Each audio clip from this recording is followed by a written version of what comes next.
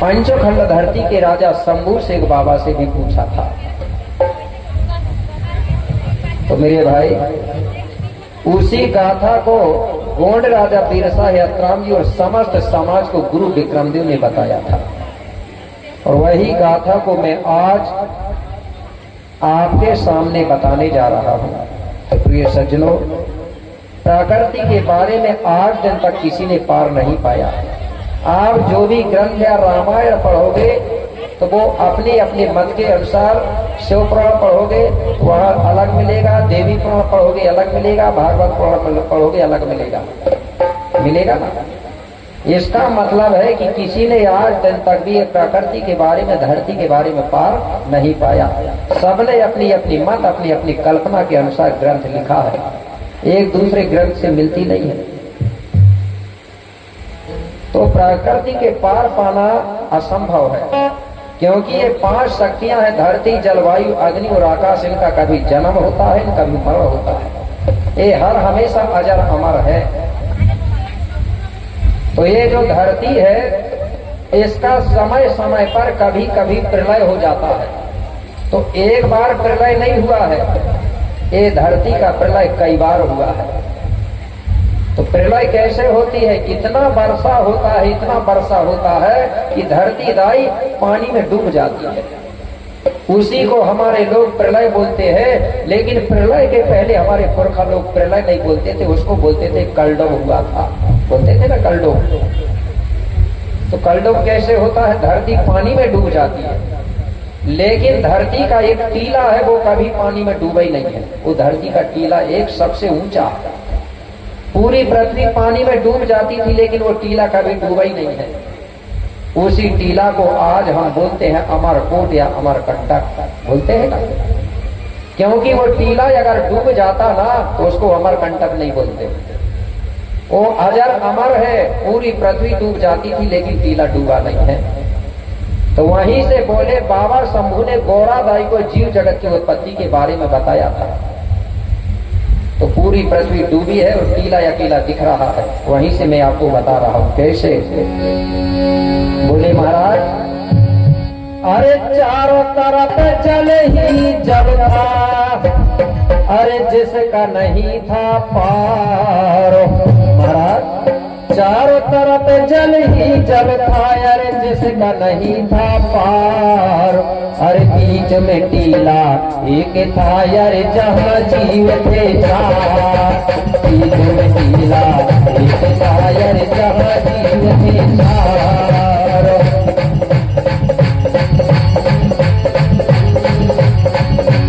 चारों तरफ जल ही जल था, अरे जिसका नहीं था पार।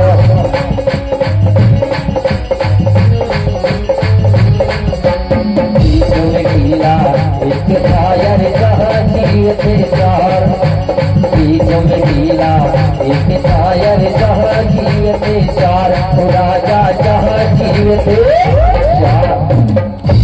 बोले महाराज, यहाँ पर अथाह जल ही जल भरा हुआ था। उसी जल के बीचों बीच एक टीला दिख रहा था। ध्यान से सुनना भैया, ठीक है ना? मैं पूछूंगा बाद में और आवाज नहीं करेंगे। तो अथाह जल ही जल भरा था, उसी जल के बीचों बीच एक टीला दिख रहा था। वो कौन सा टीला? वही अमरकोट का टीला। तो उस टीला से जब हम चारों तरफ देखते थे, जहां तक हमारी नजर जाती थी वहां तक अथाह जल ही जल, पानी ही पानी दिखता था। पानी के अलावा कुछ नहीं दिखता था। और बोले महाराज, उसी टीला में 4 जीव प्राणी जीवित थे, जिनमें से 2 शक्तियां थी, सल्ला और गांघरा। सल्ला गांघरा बोलते ना हम लोग। सल्ला गांघरा शक्ति थी वहां जीवित। तो सल्ला यानी होता है दाऊ शक्ति, पिता शक्ति, और गांघरा यानी होती है माँ शक्ति, मादा शक्ति। तो वहां 2 शक्ति थी, दाऊ और दाई। उसी को दूसरे धर्म के लोगों ने परिवर्तन करके सल्ला और गांघरा को क्या बना दिया? वहां 2 शक्ति थी, पिता और माता। उसी का एक फोटो बना दिया और लोगों को भ्रमित कर दिया। कैसे? आधा शंकर जी का फोटो बना दिया और आधा पार्वती का दिखा दिया।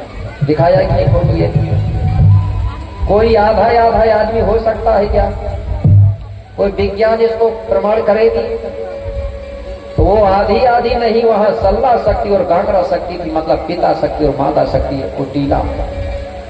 उसी को लोगों ने आधा आधा फोटो बना के शंकर जी बता दिया। तो सल्ला और गांगरा थी दाऊ और दाई शक्ति से वो टीला में रहते थे। दो जीव प्राणी और जीवित थे वहां, एक कौआ जीवित था और एक कछुआ जीवित था। इस प्रकार से कौआ, कछुआ और ये सल्ला और गांगरा, ये चार जीव प्राणी थे। तो सल्ला गांगरा तो वहां हर हमेशा 24 घंटा वहीं रहते थे टीला में। लेकिन जो कौआ है वो आकाश में उड़ते रहता था, कभी कभी आके टीला में आराम करता था। और जो कछुआ है वो पानी में तैरते रहता था, कभी कभी टीला के किनारे आके आराम करता था। लेकिन जो सल्ला और गांगरा शक्ति वो हर हमेशा टीला में रहते थे। इस प्रकार से चारों जीव प्राणी थे, इनके अलावा कोई जीव प्राणी जीवित नहीं था। धीरे धीरे समय बीतते गया। कुछ दिनों के बाद में जो दाऊ दाई शक्ति है सल्ला और गांगरा की क्रिया प्रक्रिया से सल्ला और गांगरा ने दो अंडालों को जन्म दिया। अंडाल का मतलब अंडा नहीं होता, अंडाल मतलब दो बच्चों को जन्म दिया। किसने? सल्ला और गांगरा। दो बच्चों का जन्म हुआ, तो एक लड़का था एक लड़की थी। तो गोंडी में लड़का को क्या बोलते हैं जानते हैं? पुराने लोग आज भी बोलते हैं, टूरा बोलते हैं, टूरा टूरा बोलते हैं, नहीं बोलते। लड़की को टूरी बोलते हैं, टूरी, टूरा, टूरी। तो लड़का का नाम रखा गया आंधी रावेल और लड़की का नाम रखा गया सुकमा पैरी। क्या नाम? आंधी रावेल और सुकमा पैरी। अब कौआ और कछुआ को छोड़ के वो टीला में कितने लोग हो गए? 4। अब माता पिता अपने बेटा बेटी टूरा टूरियों की सेवा कर रहे हैं। सबसे पहले तो माता ही पिता करते हैं ना बच्चों की सेवा। अगर सेवा नहीं करेंगे माता पिता तो हमारे बच्चे बड़े होंगे क्या? तो सबसे पहले तो सेवा ही होती है ना। बिना सेवा का कोई काम चलेगा क्या? कुछ लोग विरोध करते हैं ना, बोले हम जय सेवा वाले नहीं है। भली जय सेवा वाले ना रहे, लेकिन सेवा नहीं करोगे तो कुछ भी होने वाला नहीं है। दुकानदार भी सेवा कर रहा है कि नहीं कर रहा? सभी लोग सेवा करते हैं। सेवा में बड़ी ताकत है। मुर्गी को देखा होगा, जब अंडा रखती है तो अंडा के ऊपर बैठ करके वो 21-22 दिन सेवा करती है कि नहीं करती है? रोज सेवा में वो ताकत है कि अंडों से जीव पैदा हो जाते हैं, होते हैं कि नहीं?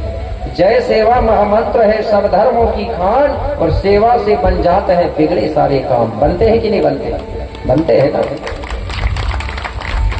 जब तप यज्ञ हवन सब कुछ करो 1000, चाहे भागवत करो, चाहे यज्ञ करो, चाहे जप करो, चाहे तप करो, चाहे करो 1000, लेकिन सेवा भाव वहां नहीं रहेगा तो सब कुछ हो जाएंगे बेकार। कोई सेवा ही नहीं करेगा तो वहां जाएगा कोई क्या? तो जय सेवा में बहुत बड़ी ताकत है। तो माता पिता अपने बेटा बेटियों की सेवा कर रहे हैं। कुछ दिनों के बाद में आंधी रावण और सुकमा पैरी बड़े हो गए। एक दिन सल्ला गांगरा सोचने लगे कि पहले हम दोनों ये टीला में रहते थे, अब हम 2 से 4 हो गए। कुछ दिनों में 4 से हम 8 हो जाएंगे, कुछ दिनों में 8 से 16 हो जाएंगे। जब 16 के दुगने होंगे तो 32 हो जाएंगे, और 32 के दुगने हो तो 64 हो जाएंगे।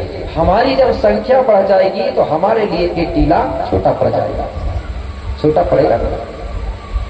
पहले हम दोनों लोग रहते थे तो टीला में हमारा गुजर बसर अच्छा चल जाता था, कोई दिक्कत नहीं होती थी। लेकिन जब हमारी संख्या बढ़ जाएगी तो टीला हमारे लिए छोटा पड़ जाएगा। इसलिए अभी समय है, हमको और टीला ढूंढना चाहिए। तो एक दिन सल्ला गांगरा अपने बेटा बेटियों से कहने लगे, बेटा आंधी रावण सुकमा पैरी सुनो, पहले हम दोनों ये टीला में रहते थे तो हमको कोई दिक्कत नहीं थी। अब हमारी संख्या धीरे धीरे बढ़ने लगी, इसलिए तुम दोनों जाओ, एक जल में जाके भ्रमण करो, दूर दूर जाके पता करो। अगर इसी प्रकार के कहीं टीला मिलेंगे तो तुम आकर के बताना, हम अपना डेरा उस टीला में भी डाल लेंगे। तो बोले बेटा तुम दोनों जाओ, पता करके आओ, टीला ढूंढ के आओ। आंधी रावण सुकमा पैरी कहने लगे, पिताजी हम जाने के लिए तैयार हैं, लेकिन यहाँ तो अथाह जल ही जल भरा हुआ है, पानी ही पानी भरा हुआ है, हम पानी में चलेंगे कैसे? अगर पानी में चलेंगे तो हम डूब जाएंगे। सल्ला गांगरा कहने लगे, बेटा चिंता मत करो, जब भी हमको कोई समस्या होती है तो हमारी पेन शक्ति हमको साथ देती है। पेन मतलब देव शक्ति। हमारे गौड़ समाज में मेरे भाई जो पेन होता है, जीवा पेन होता है, वो हर गोत्रधारियों का अलग अलग जीवा पेन होता है, जानते हैं। कोई समस्या गौड़ों को आती थी तो अपना जीवा पेन का सुमरण किया करते थे, लेकिन अब हमारे लोग जीवा पेन को भूल गए तो दूसरे के भगवानों के पीछे भाग रहे हैं। जीवा पेन जानते हैं? हाथ उठाना कौन कौन जानता? मैं तो बताऊंगा मगर पूछता इसलिए जिससे जल्दी याद होता। कौन जानता है जीवा पेन? हाथ उठाएंगे जरा। कोई भी नहीं जानता। सर जी जानते हैं। जीवा पेन मतलब हर गोत्रधारियों का एक जीव प्राणी होता है जो देवता के रूप में पूजनीय होता है। कोई बकरी को मानता है, कोई कछुआ को मानता है कि नहीं, कोई कुत्ते को मानता है। कोई अपना जीव को छूता भी नहीं और मारता भी नहीं और उसको खाता भी नहीं। भूल गए क्या ये बात? जब कोई समस्या आती थी तो हमारे गौड़ लोग अपना देवता उसी को मानते थे, उसका सुमरन ध्यान करते थे, उसी से अपनी मनोकामनाएं पूरी होती थी। अब जानते नहीं तो दूसरे देवी देवता भगवानों के पीछे भाग रहे हैं। दूसरा ही होगा, असली होता है। होता ही नहीं होता। अगर किसी माँ का बेटा अगर लंगड़ा है फिर भी वो अच्छे लंगड़ा है, अंधा है तो वो बहुत प्रेम करेगी कि नहीं करेगी? और पराई माँ करेगी क्या? नहीं कर सकती। असली बाप और असली माँ असली होते हैं। चाहे वो अंधा हो चाहे लंगड़ा हो, वह अपने बेटा से प्रेम करेगी।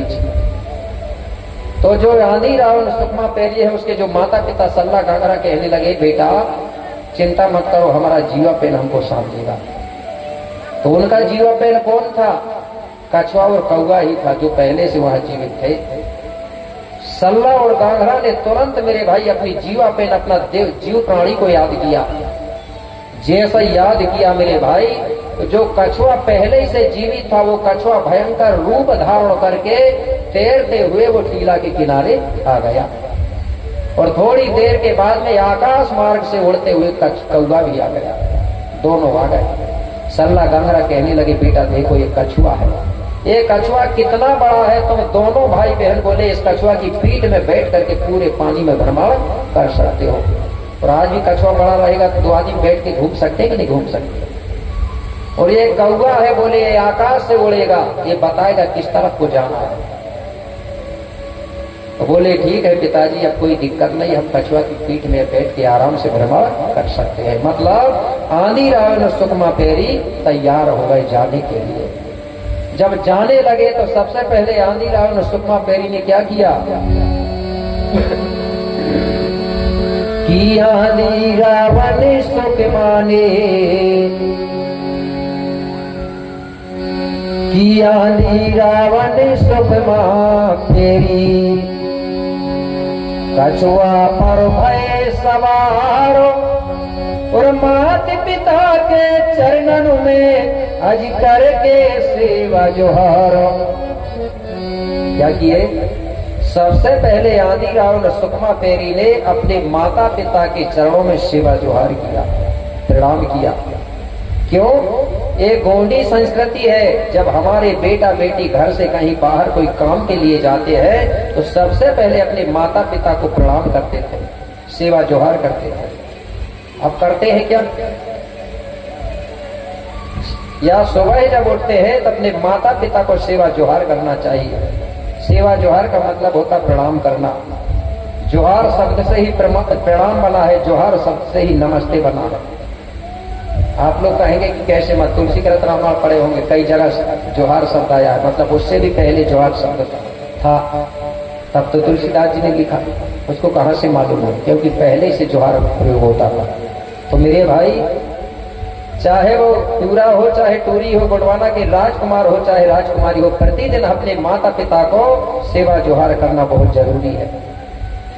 मैं कहता हूँ गोंडी संस्कृति की रक्षा कौन करेगा? आप कहते हैं हम करेंगे और अपने माता पिता को प्रणाम ही नहीं कर रहे, कैसे रक्षा होगी? चलो कोई बात नहीं, पहले नहीं किया लेकिन अब चालू हो जाना चाहिए। सुबह सुबह हमारे गोंडवाना के बेटा बेटी राजकुमार राजकुमारियों को अपने माता पिता को प्रणाम करना, ठीक है ना? प्रणाम मतलब सेवा जोहार करना है। जैसे पिताजी है तो बोले सेवा जोहार पिताजी, हाथ जोड़ के, ठीक है ना? अपनी माँ को करना है तो बोले जोहार, सेवा जोहार मम्मी या माँ, क्या बोलते हैं, जो भी बोलते हो। मेरे भाई, आज हमारे समाज के लोग जो चीज सिखाया जा रहा है उसको सीख नहीं रहे। बहुत से लोगों से सुना सुबह सुबह अंग्रेज बने जा रहा है घोट मारने। स्कूल में या बाहर जो भी बोलना है बोलो, लेकिन हमारी संस्कृति को बचाना है तो घर में हमारी भाषा का प्रयोग होना चाहिए। ठीक है ना? होना चाहिए कि नहीं होना चाहिए? तो कलई से चालू कर देना। तो आंधी राहुल और सुकमा पेरी ने अपने माता पिता को सेवा जोहार किए और कछुआ को भी सेवा जोहार किए और कछुआ की पीठ में दोनों बैठ गए। अब कछुआ पानी से तैरते हुए चलने लगा और जो कौवा है वो आकाश से उड़ते हुए चलने लगा। इस प्रकार से चारों जीव प्राणी जो जल भरा हुआ था उस जल में भ्रमण करने लगे, पता कर रहे हैं। कछुआ चलते चलते मेरे भाई वो टीला से इतनी दूर पहुंच गया कि उनको समझ ये नहीं आ रहा था कि हम कौन सी दिशा से आए हैं। दिशा को भी भूल गए वो लोग कि हम इधर से आए हैं कि इधर से आए हैं। कछुआ चलते चलते थक गया। आंधी राहुल सुकमा पेरी घबरा गए, बोले हमारी जो कछुआ रूपी नाव है वो थक चुकी है। कौवा भी आकाश में उड़ते उड़ते थक गया। आंधी राहुल सुकमा पेरी घबराने लगे, डरने लगे, ऐसा ना हो नहीं तो चलते चलते कछुआ अगर ज्यादा थक गया तो पानी में डूब जाएगा। जब कछुआ पानी में डूबेगा तो हम भी पानी में डूब जाएंगे। ऐसा सोच के आंधी राहुल सुकमा पेरी घबरा रहे हैं। उसी समय आंधी राहुल सुकमा पेरी प्राकृतिक शक्ति खड़ापेन से प्रार्थना करने लगा। बोले हे प्राकृतिक शक्ति खड़ापेन, हमारा जो कछुआ रूपी नाव है उसको ऐसी ताकत ऐसी शक्ति देना कि कछुआ ने जिस टीला से हमको लेके आया है वो टीला कम से कम पहुंचा सके। तो वो महादेव से प्रार्थना कर रहा है। कैसे प्रार्थना कर रहा है एक लाइन में आपको बता रहा हूं। हे परम शक्ति देवा, हे परम शक्ति देवा, करू सेवा बारो बारो, बिगड़ी मेरी बना दे, नैया लगा दे पार। हे परम शक्ति देवा, करू सेवा बारो बारो, बिगड़ी मेरी बना दे, नैया लगा दे पार।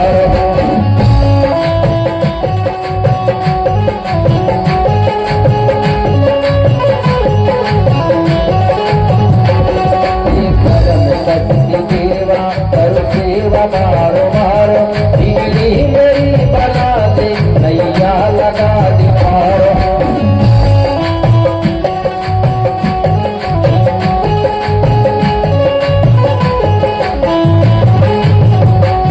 बिगड़ी मेरी बना दे, नैया लगा दे पारो, बिगड़ी मेरी बना दे, नैया लगा दे पारो।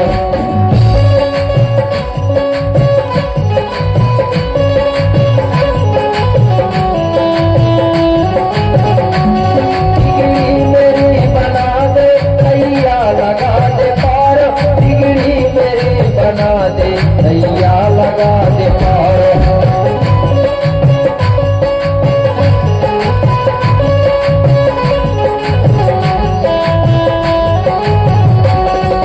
परम शक्ति देवा, परम शक्ति देवा, कर सेवा बारो बारो, बिगड़ी मेरी बना दे, नैया लगा दे पारो।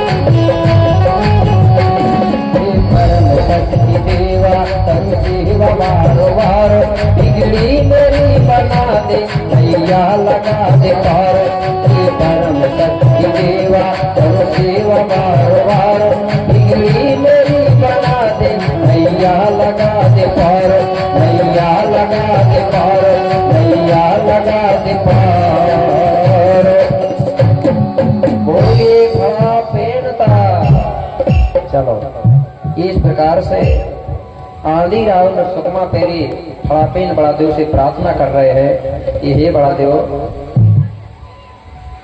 कछुआ रूपी नाव को ऐसी ताकत देना, ऐसी शक्ति देना कि कछुआ हमको वापस को टीला पहुंचा सके। इसी बीच में हमारे सम्माननीय खीजेंद्र नेताम जी हैं, उनकी ओर से 100 रुपए की राशि सप्रेम भेंट दी जाती है। और सम्माननीय नंद कुमारी नेताम जी है, उनकी ओर से भी 100 रुपया। सम्माननीय तनीषा नेताम जी हैं, उनकी ओर से भी 100 रुपया।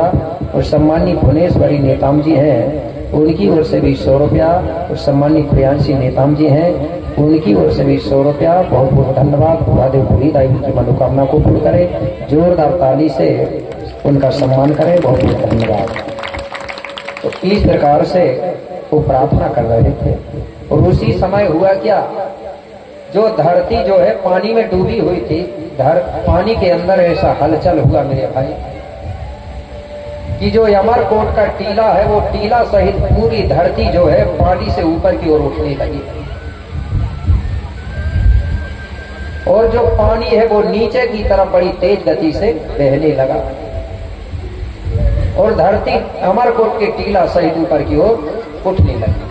तो जब पानी बड़ी तेज गति से नीचे की तरफ बहा मेरे भाई, तो जो कछुआ है वो उसी पानी के साथ वो कछुआ भी बहने लगा।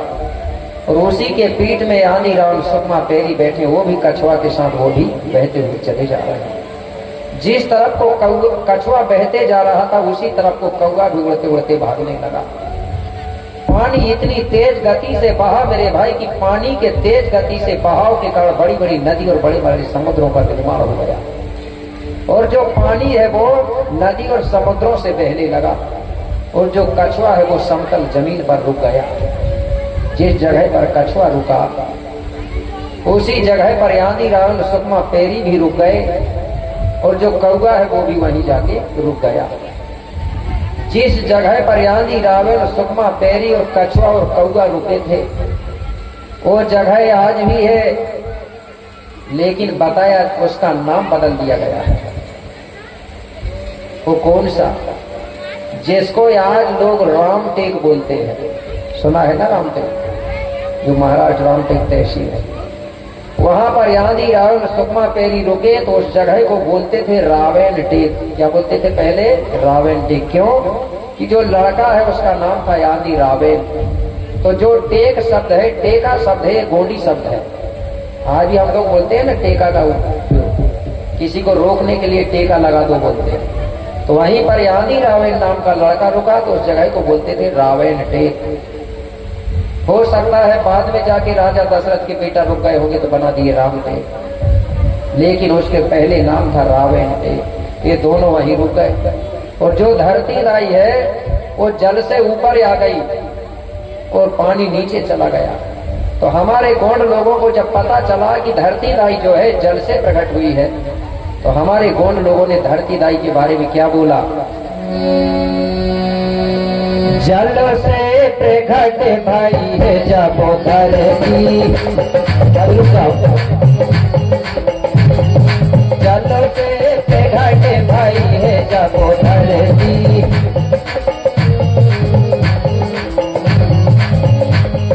यही कहलाई आदि मां सकती,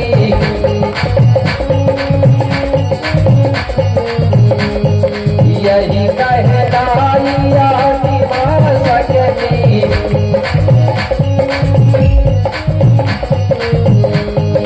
जल से प्रकट भाई है जब धरती।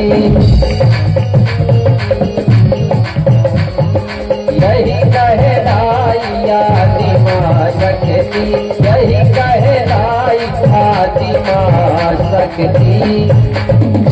तो धरती दाई को ही कहा था हमने, बोले धरती दाई जो है जल से प्रकट हुई है।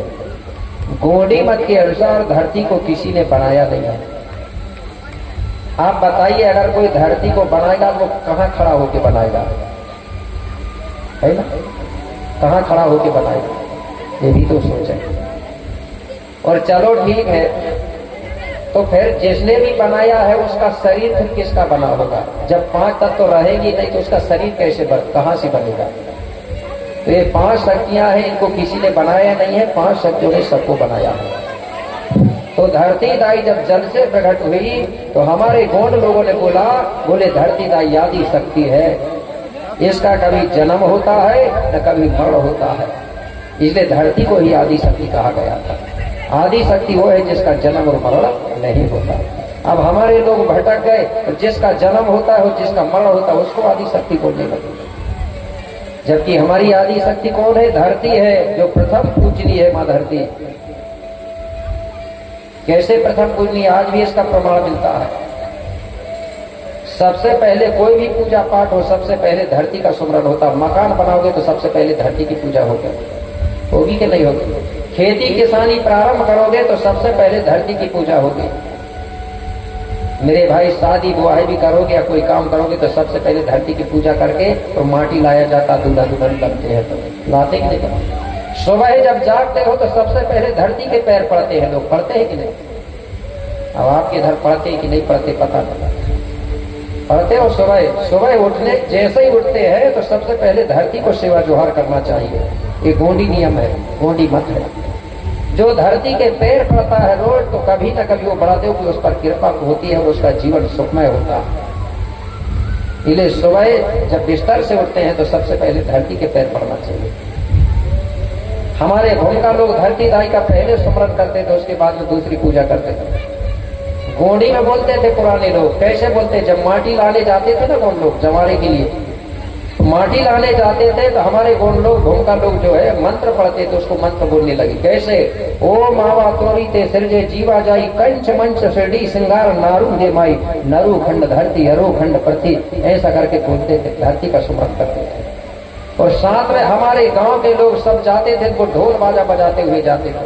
वो मंत्र नहीं पढ़ते थे, वो गीत के माध्यम से धरती का सुमरन करते थे, गीत गा के सुमरन करते थे। माटी लाने जाते थे तो धरती के गीत गाते थे। और अब कहीं कहीं देखा हूं मैंने, माटी लाने जा रहा है धरती के और गीत गा रहा है दशरथ के बेटा के। गा रही कि नहीं गा रहा? पहले के गोंड लोग जहां का काम होता था वहीं के गीत गाते थे। अब तो दुल्हन बन रही है हमारी बिटिया और गीत गा रहे सीता के। गा रही कि नहीं गा रहे हैं? जहां जो काम होता था वहीं के गीत गाया जाता था। और गोंड लोग बना के गीत गाते थे, दूसरे के लिखी लिखाई, दूसरे की बनी बनाई का प्रयोग नहीं करते थे, इतने ज्ञानी थे। राजा रावण के बारे में आपने सुना होगा, राजा रावण ने कभी भी मेरे भाई दूसरे के बड़े मंत्रों का प्रयोग नहीं किया। राजा रावण खुद मंत्र का बनाता था, खुद प्रयोग करता था, क्योंकि राजा रावण भी गोंड समाज का मनाली गोत्रधारी था, सुना होगा आपने। राजा रावण ने कभी शराब नहीं पिया, और अगर कहीं लिखा होगा रावण के बारे में शराब पीता था तो कोई बता दे हाथ उठा। रावण के बराबर कोई ज्ञानी नहीं था, और बाबा शंभू का परम भक्त था कि रावण के बराबर कोई भक्त नहीं था शंभू का। लेकिन लोगों ने बदनाम कर दिया, कभी शराब पिया ना कुछ किया, फिर भी बदनाम। महान पंडित कहा गया, उसको ब्राह्मण नहीं कहा गया। पंडित का पंडित जाति नहीं होती, पंडित ज्ञानी लोगों को बोलते हैं। ब्राह्मण होता है जाति, तो ब्राह्मण नहीं था, पंडित था, मतलब ज्ञानी पुरुष था। इस प्रकार से मेरे भाई हम लोग धरती का सुमरन करते हैं। आज भी माटी लाने जाते हैं तो धरती के गीत गाते थे हमारे पुरखा। तो कैसे गाते थे वो बात मैं आपको बताने जा रहा हूँ, ठीक है ना?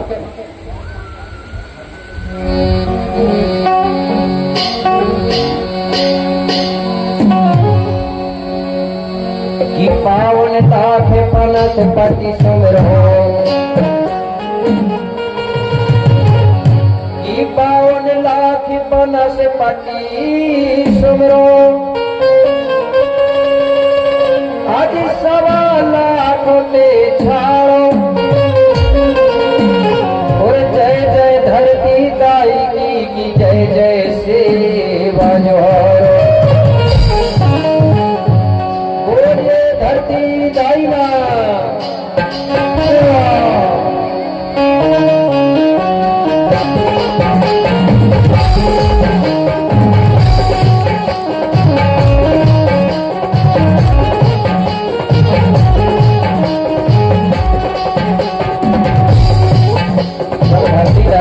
प्रकट हुई।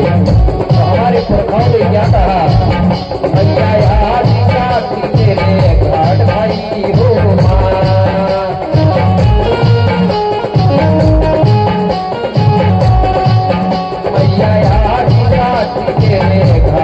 भाई हो माँ।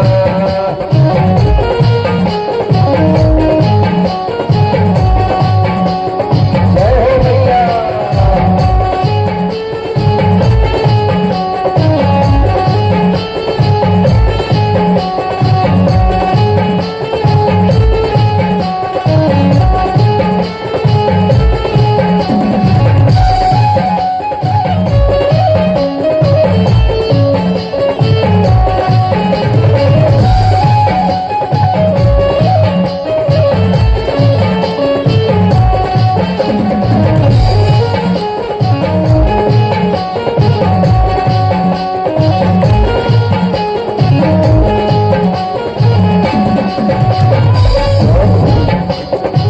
धरती सबकी मैया रे सबकी पालनहार, धरती सबकी मैया रे।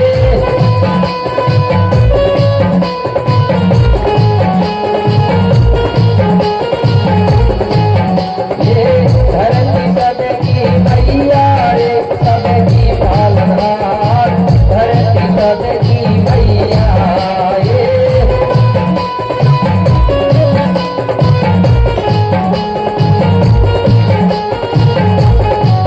भैया जिसने जीवे जातु में जाए,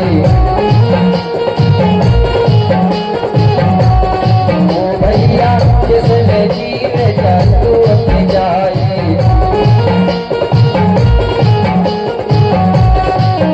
नहीं हरे गोपाल आदि साथी तेरे ठाट भाई हो माँ। भैया आदि साथी तेरे ठाट भाई हो माँ।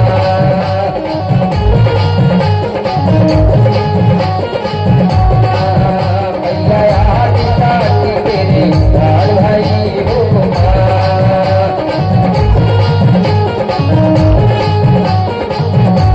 जोहार जोहार धन्यवाद।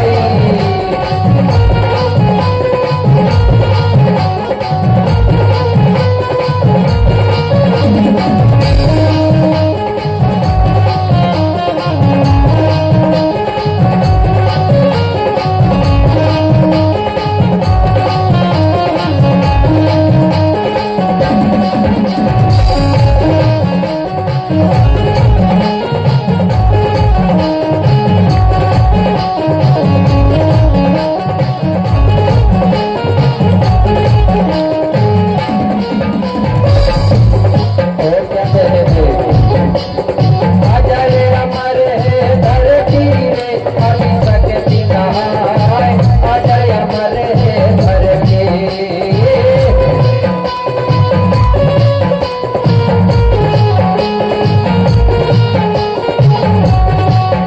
ये आजा रे हमारे है धरती रे अभी सकती नहाय, आजा रे हमारे है धरती।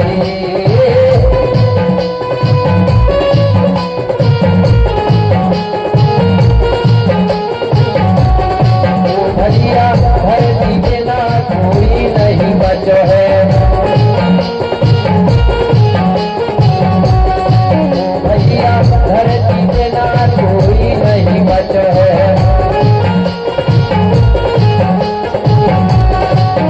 सारे रोड़े गोड़े घाट आदि साथी तेरे ठाट भाई हो माँ।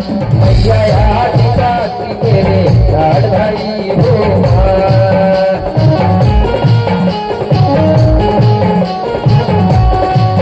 भैया आदि साथी तेरे ठाट भाई हो माँ।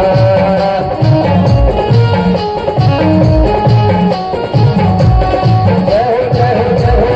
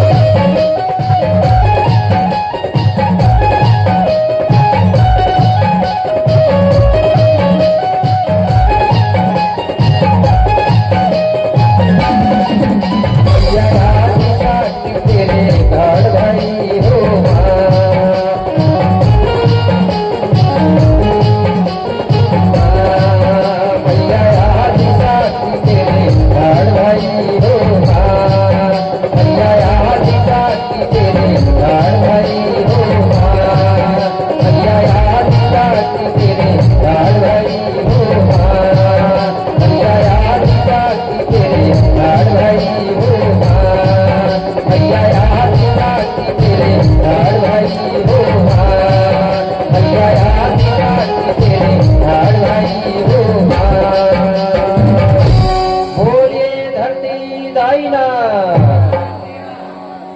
तो इस प्रकार से हमारे जो पूर्वज लोग हैं, पुरखा लोग हैं, वो धरती दाई के गीत गाते थे। कब? जब धरती दाई की माटी लाने जाते थे तब।